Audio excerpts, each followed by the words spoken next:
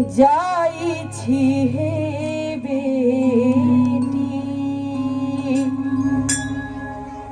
सुने भवन केने जाई छी हे बेटी अयोध्या में बाजल बधाई हे सुने भवन केने जाई छी हे बेटी आई बाजल बधाई हे सुने भवन केने जाई छी हे बेटी।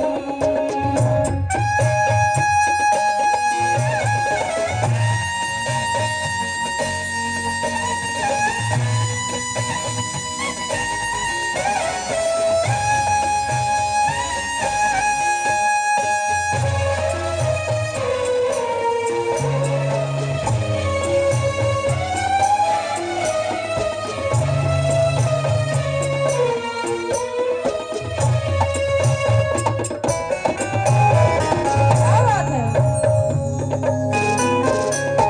आमा बनती हेती हे हरि बैसल हेती बाबा करती है पुकार हे सुने भवन केने जाई छी हे बेटी। आइ के डेट में सबके बेटी छथिन, ककरो आइ जाय छथिन, ककरो काल्हि जेथिन, ककरो जा चुकल छथिन।